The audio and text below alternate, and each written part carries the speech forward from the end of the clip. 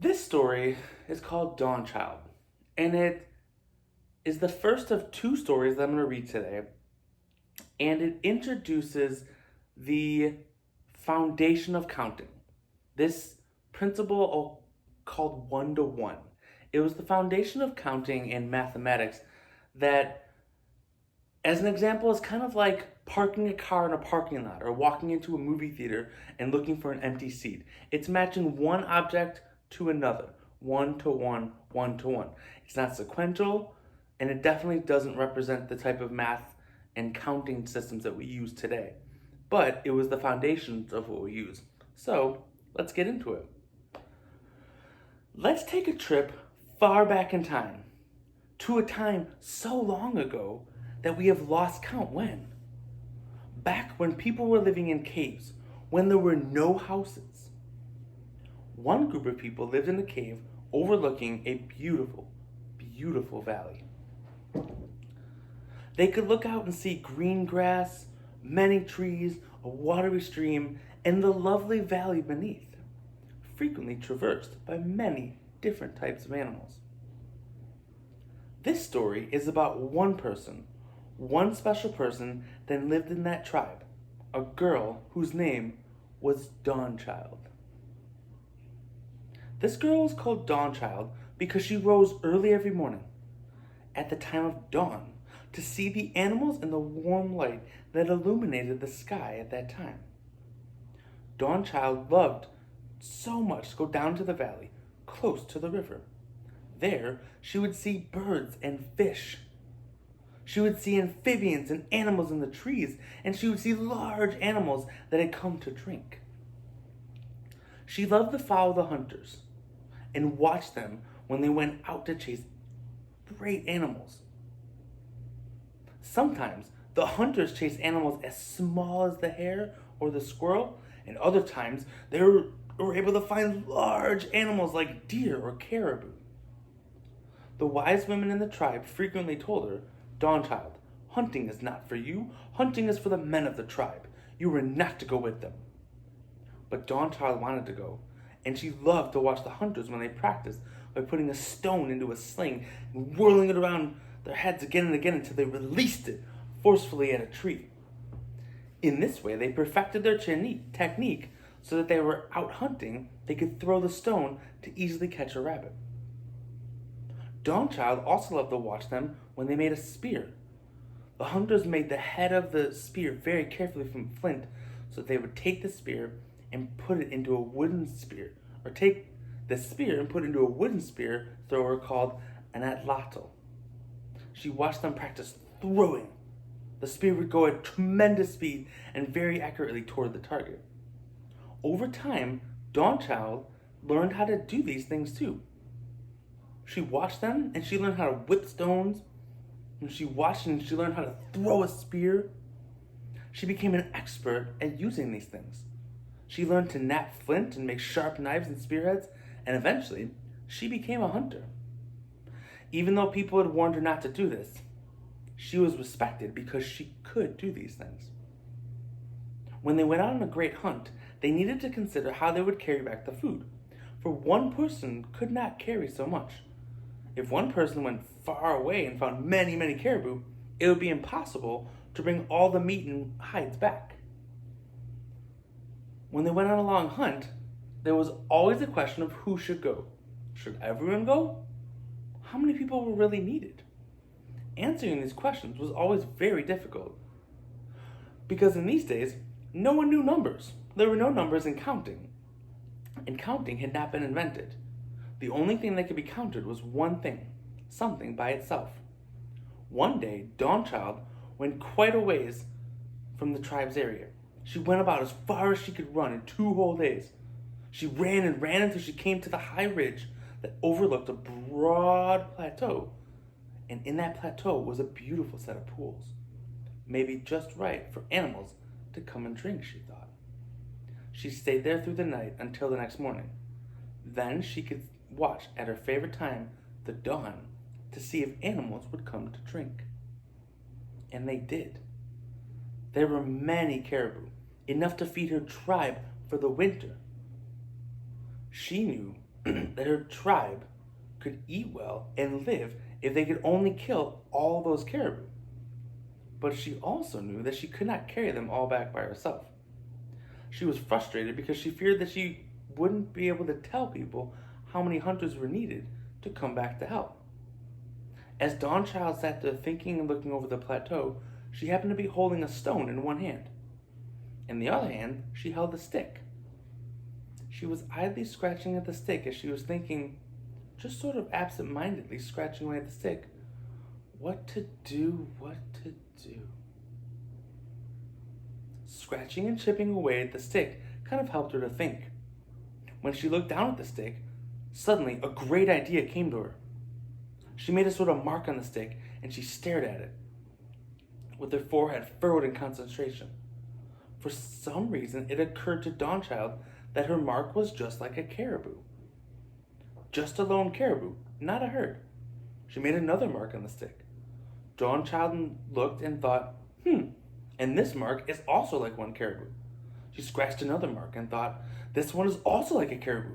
Dawnchild kept marking one and one and one and one until she made one mark for every caribou that was there. One and one and one and one and one and one, a mark for every caribou she saw.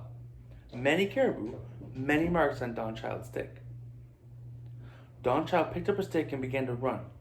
She ran the long way, all through the day and most of the night. She ran all the way back to her village, to her cave, to her tribe. They were hungry, but her people would not be hungry for long. For when she reached them, she also thought something, that one mark is like one hunter. When one and one and one and one and one and one were needed to go and find the caribou and bring them back. Dawnchild's idea worked. The hunters were very successful. They had exactly the right number of people to carry exactly the right amount of meat back to her tribe, and they ate very well that year because of Dawnchild. Now, Dawnchild wasn't counting because she could only count one, but she could count one many times, so that is what she did. Today, we call the stick that she used a tally stick, and the scratches that she made tally marks. By making those tally marks, Dawnchild started something wonderful, which was the beginning of counting. The first step leading to human beings being able to count. People discover things when there is a need. Those early people had a need, and Dawnchild discovered it. This probably happened more than 25,000 years ago. I guess let's just say that the wise woman never again told Dawnchild that she should not hunt, because Dawnchild had proven that she could do just that. Dawnchild showed that she was not only a person who loved the dawn, but she was also a great hunter and an inventor. All right, well, let's move on to our second story. Still got my cup of tea. Do you have yours? And I still have our story. The second story is called Our Numbers, and it's going to dive a little bit more into the history of what we did with that discovery that Dawnchild made and how it led to where we are today. So, I'm going to have a few pictures to show, but let's get started. I want to note before we start this too, that this story is written and adapted by Michael Dorr, but was written and adapted by him from another Montessori teacher called Seneva Barrett. All right, I believe I pronounced that correctly. Seneva Barrett. All right, Michael Dorr edited it and revised it. I'm going to read Michael Dorr's version, and I will likely add some more anecdotes and some of my own comments here and there to build the story and to connect it more to our classroom. So here we go. Our numbers. All right. The story I have for you today is the story of our numbers. This story is going to take us throughout the time of humanity and show us many gifts that we have been given by many different people around the world. These gifts have allowed us to have the number system that we have today. For this story to start, we have to think way back to the timeline of life, close to the very, very end of that timeline. Do you remember towards the end of that timeline, pictures of humans with garden plots and cattle helping them in that garden plot or that farm plot. That's meant to symbolize the time when humans learned to domesticate animals, which greatly changed the animals from their wild ancestors. Domestication of animals revolutionized humanity because humans no longer needed to travel from place to place following a herd or adjusting to the seasons. Instead, they can stay in one place, and staying in one place meant that they were better able to meet their physical needs of food, shelter, and clothing. The fundamental needs of humans. Now, they could work on other things. This allowed other human inventions, such as mathematics, to flourish, even though those inventions or discoveries came from very simple beginnings, like Dawnchild. During this ancient, long time ago, about 6,000 years ago, there was a shepherd called Apeli. His name meant meadow, and he had been named that to honor his future work, which would be as a shepherd, herding his flocks into beautiful meadows. Apeli would let his sheep out to graze in a meadow during the day and bring them back to the pen at night. Apeli could not count, but it was very important to his livelihood and to his family that he keep track of those sheep very closely. He could not afford to lose even one sheep, for his family depended on them. When he would let his sheep out into the fold in the morning, Apeli would put a stone in a pile for each sheep that passed through the gate.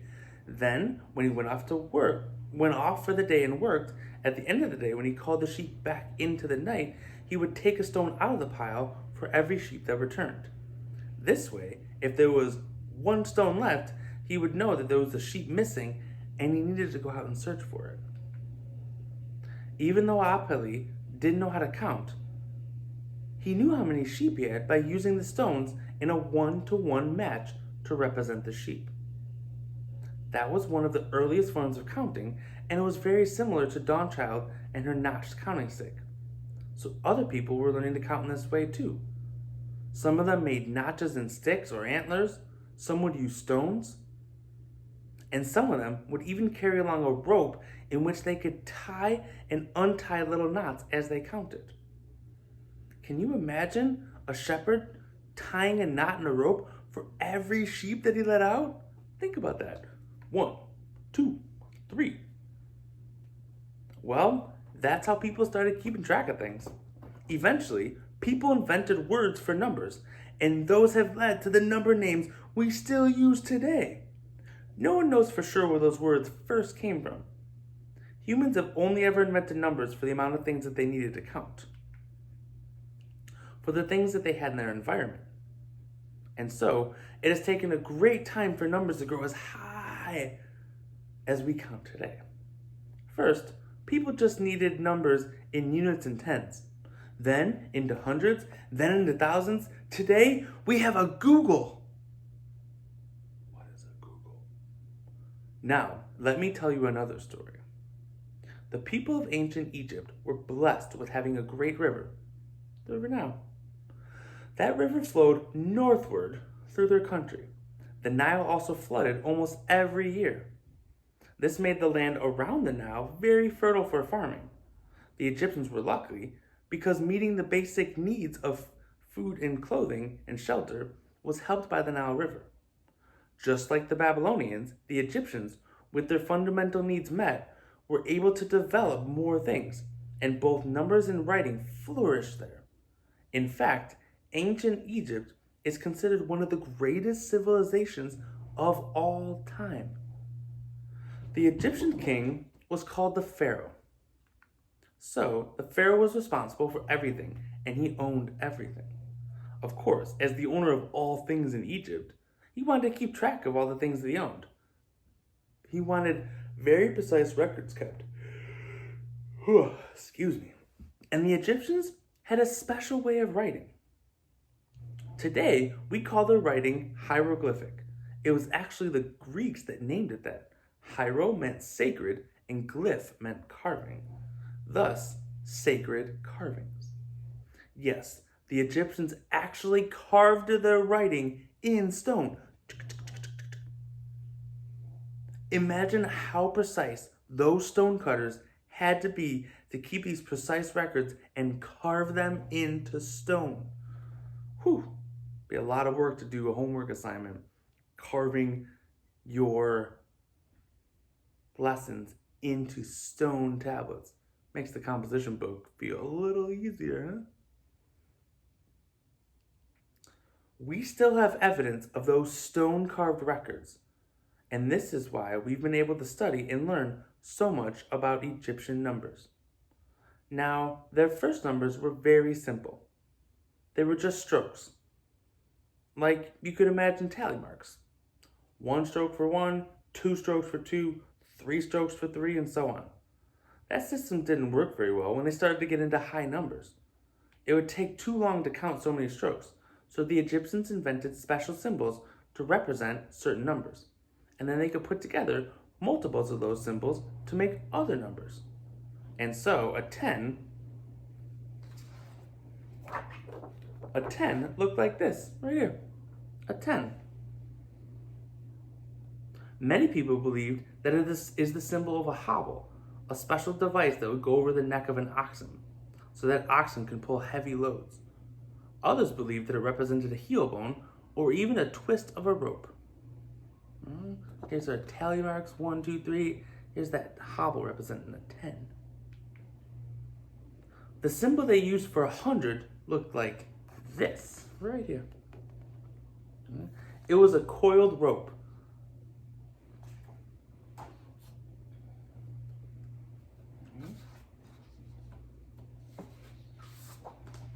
The symbol for 1,000, lost my paper. The symbol for 1,000 was the lotus flower. Right? The symbol for 100,000 was the tadpole. Over here we've got 10,000. That's, in weird ways, that represents a crooked finger. All right? The crooked finger represents 10,000, the tadpole 100,000, and finally, a god or an astonished man with his arms raised towards the heavens was 1,000,000. 1,000,000.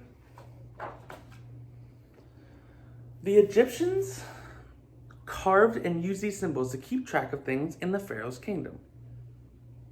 So remember, we have our beginning symbols here. 1, 2, 3, 10, 100. Now, the counting system that we use is based on 10.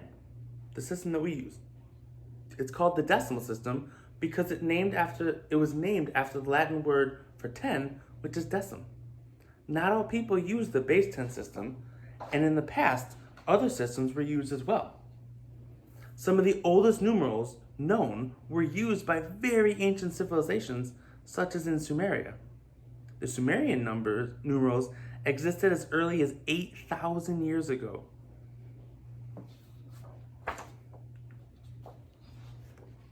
Here's an example of the Sumerian numbers. Pretty cool, huh? Kind of looks like matchsticks and a boomerang, but just a visual to kind of give you some reference points. Pretty cool though, huh? Later, the Babylonian number system emerged. It is also very ancient. It started possibly as early as 2000 BCE. We're going to talk about the BC AD timeline soon. By 2100 BC, 2100 BCE, the Babylonians had their own system of counting on the number 60. The Babylonians used a system that is credited as being the first known positional or place value numeral system. The Babylonians. Farmers at the time were trying to figure out when to plant their crops. I'm going to pause here. This is my favorite part of the history of numbers.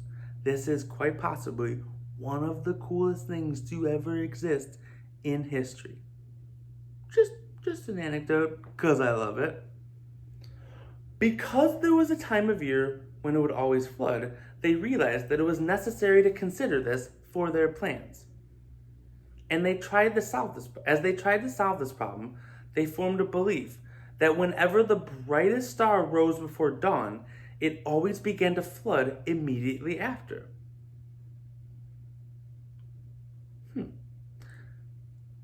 And so they started counting how many days passed until the next time that brightest star rose in the exact spot in the sky before dawn. Good idea. They counted 360 days. What? Were they right? Well, now we know that there are 365 and 1/4 days in a year. 1/4 days leads to the leap year. They were close, weren't they? Yeah, they were really close. But that 360 is really important. You want to know why? They took that cycle of the year and they divided it into 360 parts. And we still divide our circles into 360 parts. And we call them degrees. This is all based on the Babylonians and their cycle of the year. Can you think of other things that we still use today that are based on the number 60? Let's think about it. What do we know? What do we know? You go 60, 120, 180, 240, 300, 360. Do you know anything that's divided up into days? Have hours. Hours are divided up into 60. What? Of course, it's time. It's our clocks. We have 60 seconds in 1 minute, 60 minutes in 1 hour. So we also, here, we have our time. We can see the Babylonians not only influencing our conception of 360 degrees in a circle, but also 360 when divided up into 60 lays the foundation for our time. What? What is going on? Someone come here and help me. The Babylonians, the city of Babylon was built upon the Euphrates River and divided into equal parts along its left and right banks. This was not too far north from where the Tigris and Euphrates rivers met. The Babylonians used cuneiform writing. Talked about that last week.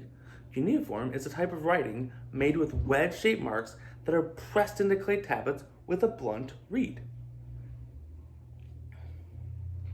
The people were able to dig clay from the riverbanks, and they harvested reeds that naturally grew there. When they would cut a reed in a particular way, they were able to make triangular-shaped stylus. Right there.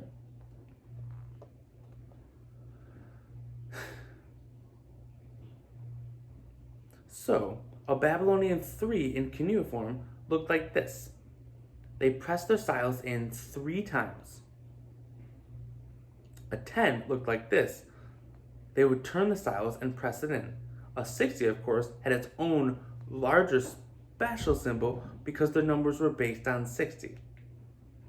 Now, the Babylonians traded with many people in the area around the Mediterranean, and they could keep track of their trades. If, for example, they sold 3 bowls, they would make their symbol for the bowl and then put 3 tally marks underneath it to keep track of that.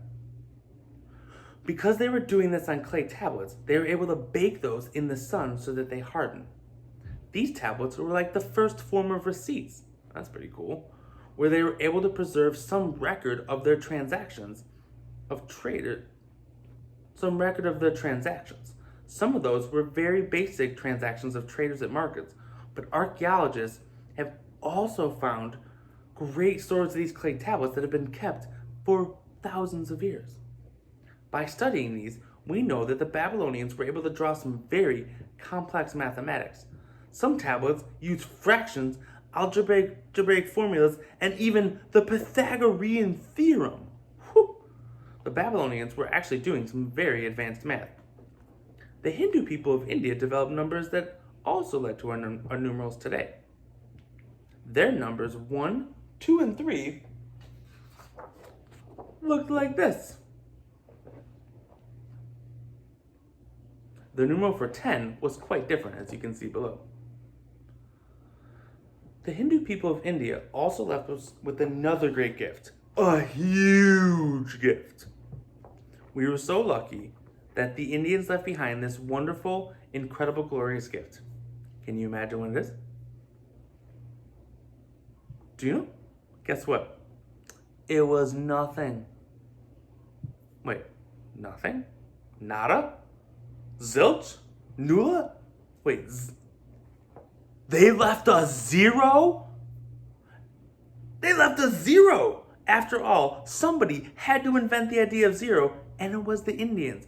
Around 600 AD, in the Indian language of Sanskrit, zero was shunya, which meant void or empty. Now, the zero carried an incredible power, because then, in their language, they were able to create large numbers by simply adding a zero. The very first zero was just a small dot, and this powerful, wonderful, almost unbelievable idea that the Indians invented worked so incredibly well that the Arabs, who were trading with the Indians, picked up on it.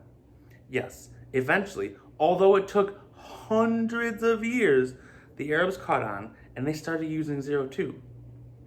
They saw how quickly the Indians were able to calculate things when they were doing trades because of the great powerful zero. Some people still argued against having a zero. They said, zero is not a real number. How can you have a number that means nothing? If zero means nothing, then it's not a number. The whole point of numbers is to count things. And if you have nothing, then you are not counting. If zero was a real number, you should be able to divide by it. But the Arabs had their own arguments. They had a powerful one, which was zero actually worked for calculations. And you no longer had to use an abacus to calculate things. The Arabs became real inheritors of the Indian system of numerals, including the zero. The numerals they developed looked a lot like our numerals today. In Europe, the Romans had developed their own system of keeping track of numbers. You may be familiar with these. They are called Roman numerals. They were based on 7 signs: the I, the V, the X, the L, and the C. And the D and the M. The L was 50. The C was 100 because it stood for centi, which meant 100. You'll see that root word used in many Latin words, like centurion, the leader of 100 army troops, or century. A D was 500, and an M was 1,000.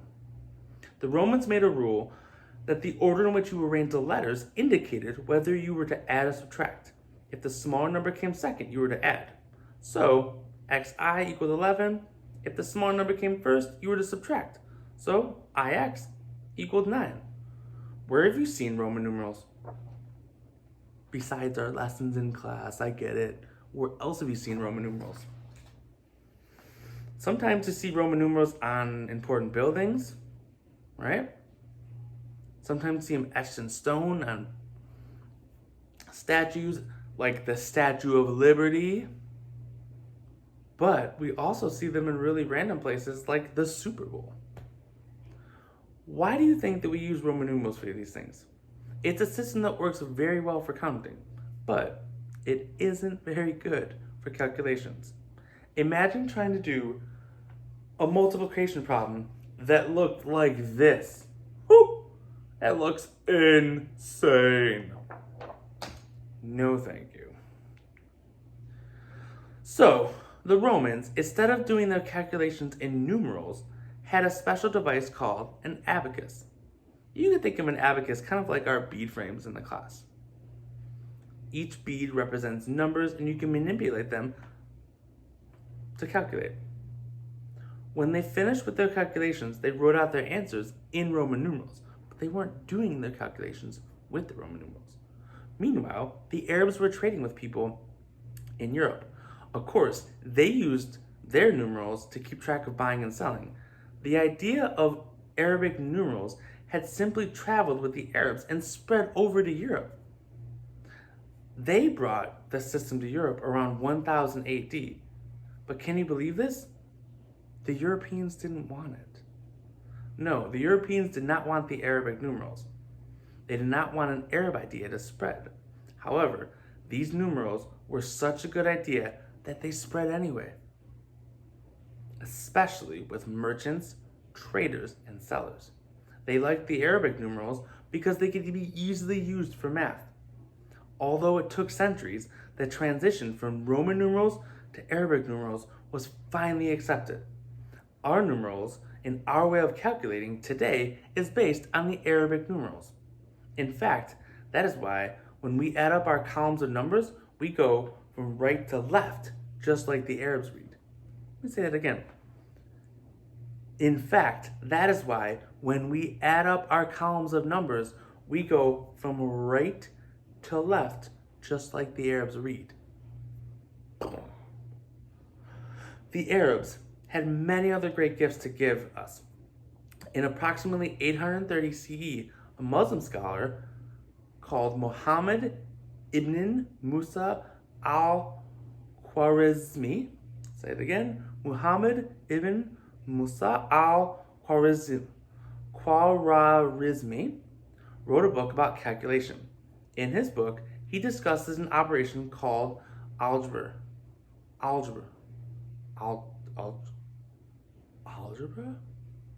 which meant completion.